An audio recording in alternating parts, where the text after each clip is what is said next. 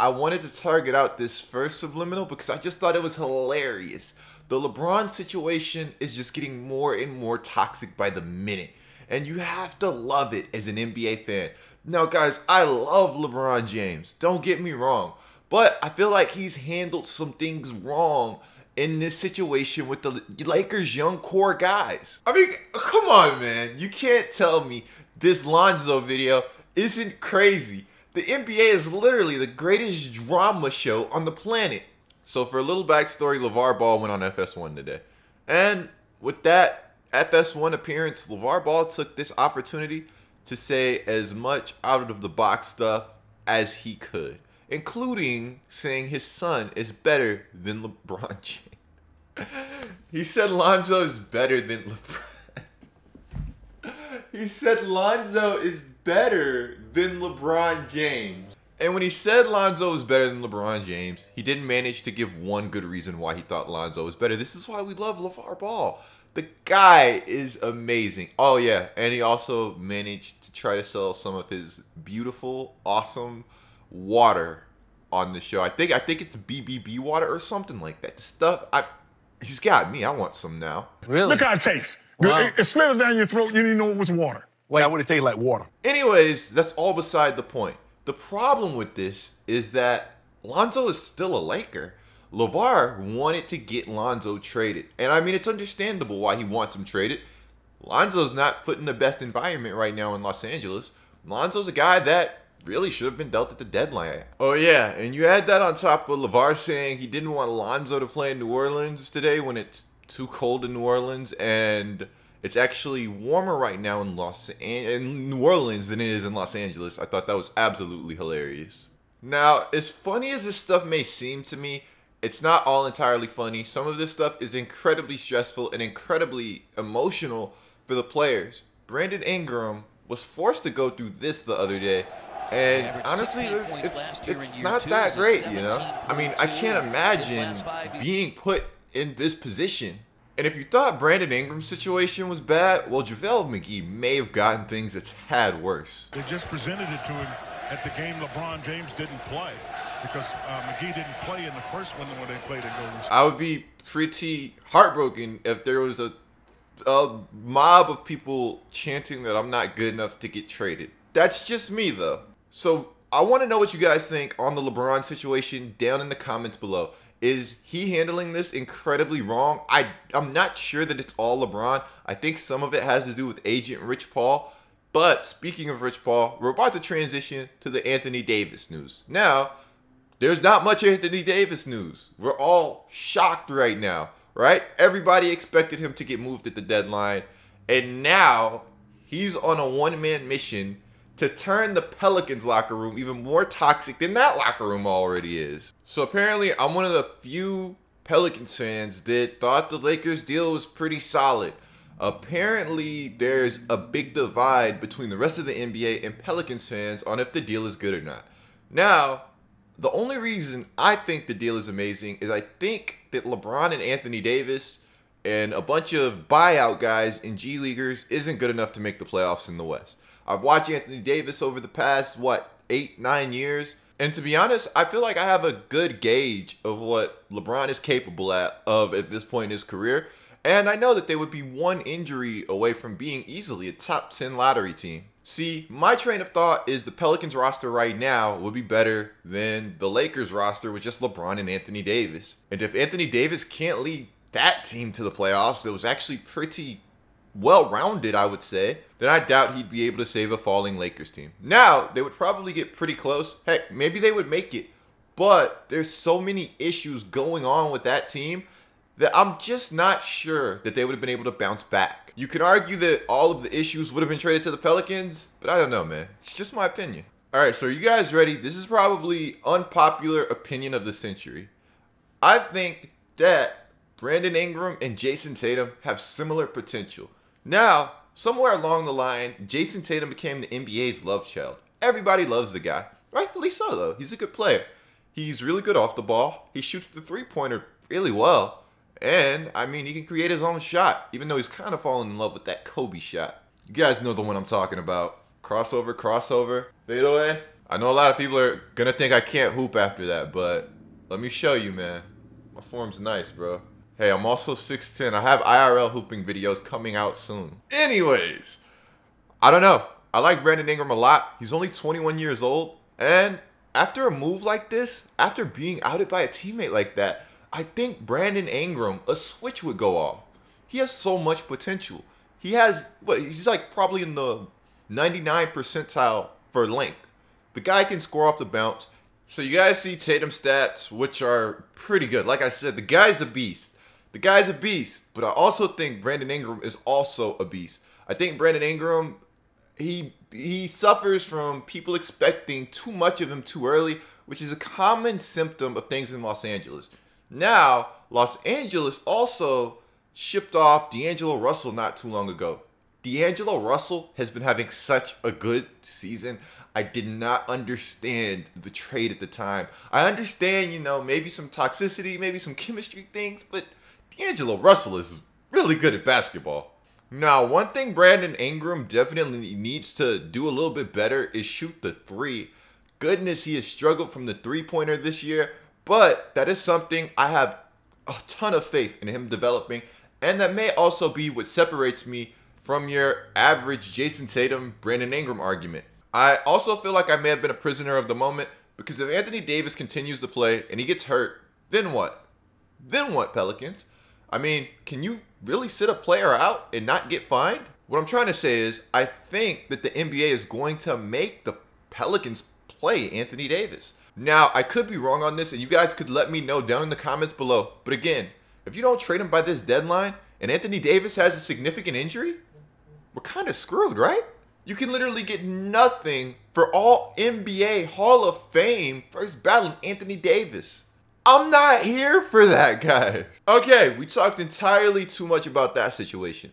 Let me get into some of the other trades that I may have missed. Now, Chicago acquires Otto Porter from the Washington Wizards for Jabari Parker and a 2023 second round pick. Now, when Chicago signed Jabari Parker, everybody's like, yo, no big deal. He's just there for a year or what, maybe an option on that thing. I don't know. Look, I don't know, guys. But it was hilarious to me because obviously Jabari Parker wasn't the player he used to be. But Chicago fans was like, man, that money has to go somewhere. And I understood it from that point. If Jabari bounced back, you know, maybe it's a great contract. But that wasn't really the case. Now he's an expiring. All Chicago had to do was sit and hold that contract, and everything was great. But they went out and they acquired the average Otto Porter, who some analytic fans absolutely love. Now, Otto Porter can be an above-average player. I'm not sure he can ever be an all-star. If he does make that stride, I personally would be shocked. All right, you know what? Let's just see how much exactly Otto Porter is making. No way it's $26 million, bro.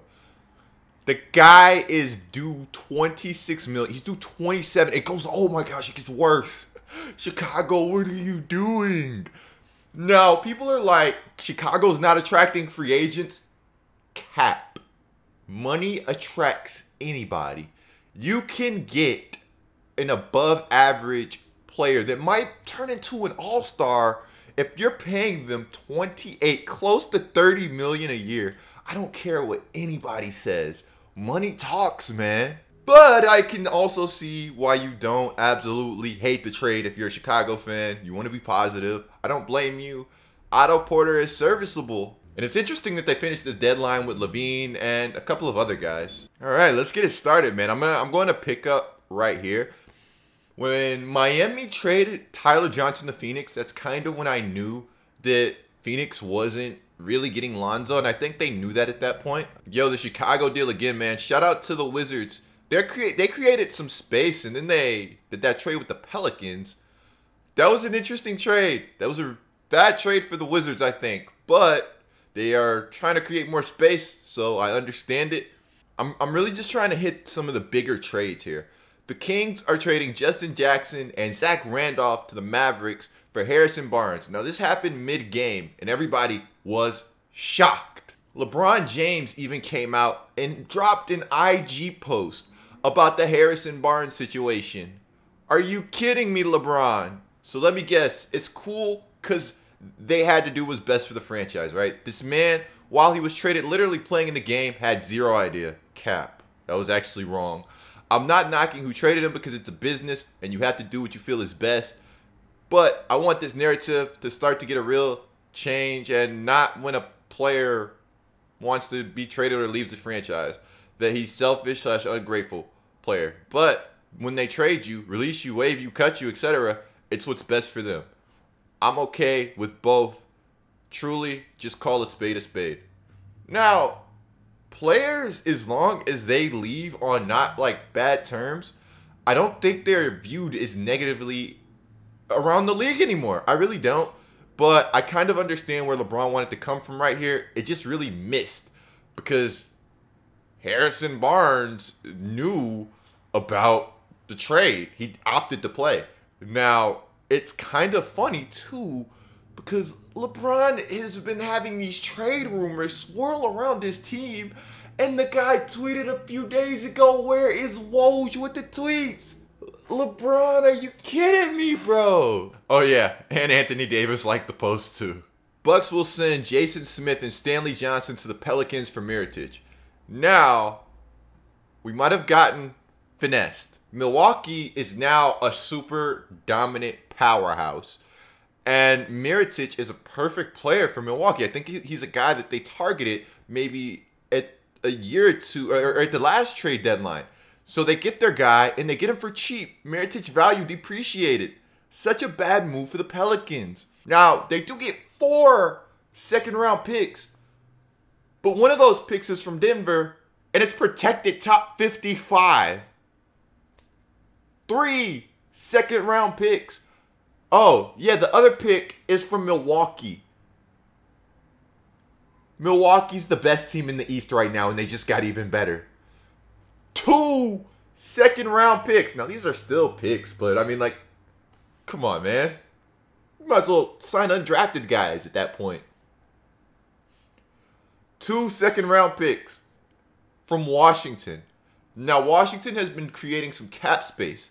Washington, and these are for 2020, I think, in 2021. Maybe one of those is 2022. I don't remember. But they're interesting, to say the least, because Washington should be bad. But let's say Washington isn't the worst team in the league next season.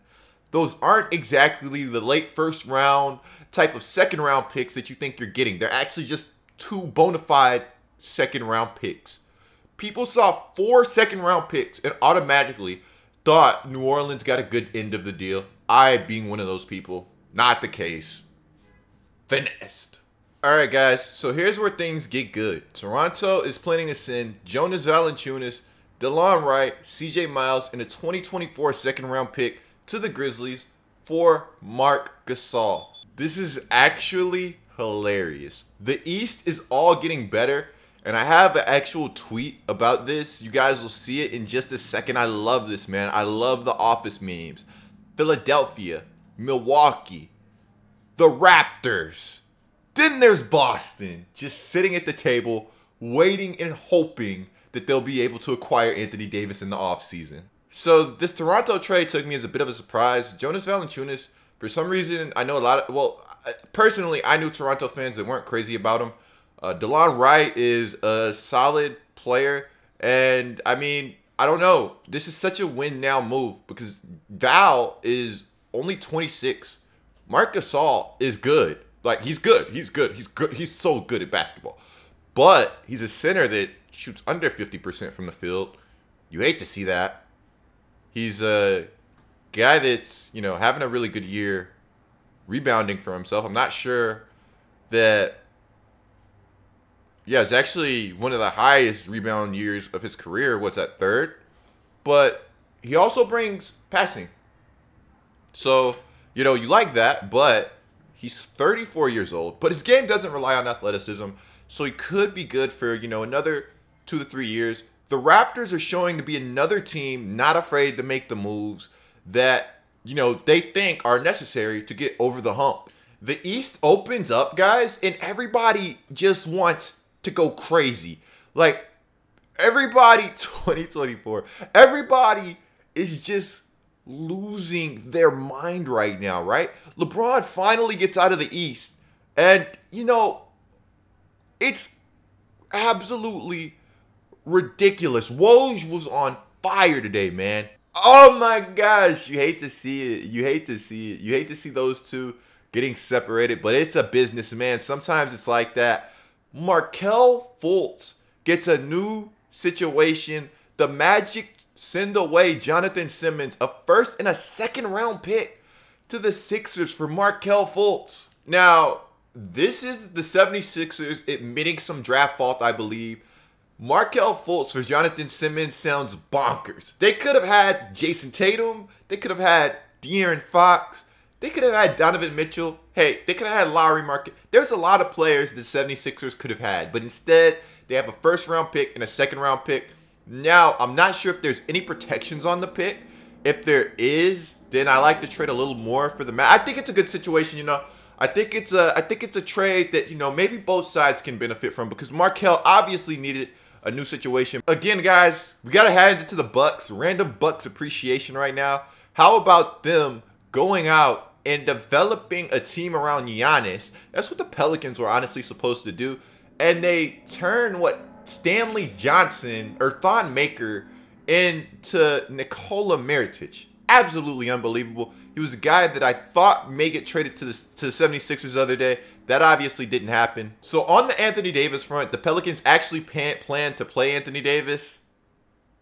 I don't like the move at all, but I guess you kind of have to play him. I don't know, man. This just came out. You guys can let me know what you think of the Pelicans-Lakers situation and that trade down below. But, guys, that is going to wrap up this video of NBA news. Let's discuss in the comments below what you guys thought of the trade deadline, what moves you guys think need to happen next, and who you guys think are the winners and the losers of the trade deadline. That may be my next video. More NBA videos will be coming to the channel, guys. Again, I will also start doing some NBA quizzes and rebuilds, guys. You guys won't want to miss it. Be sure to subscribe and drop that thumbs up if you enjoyed it, guys. I'm DCOOP, and I'm out.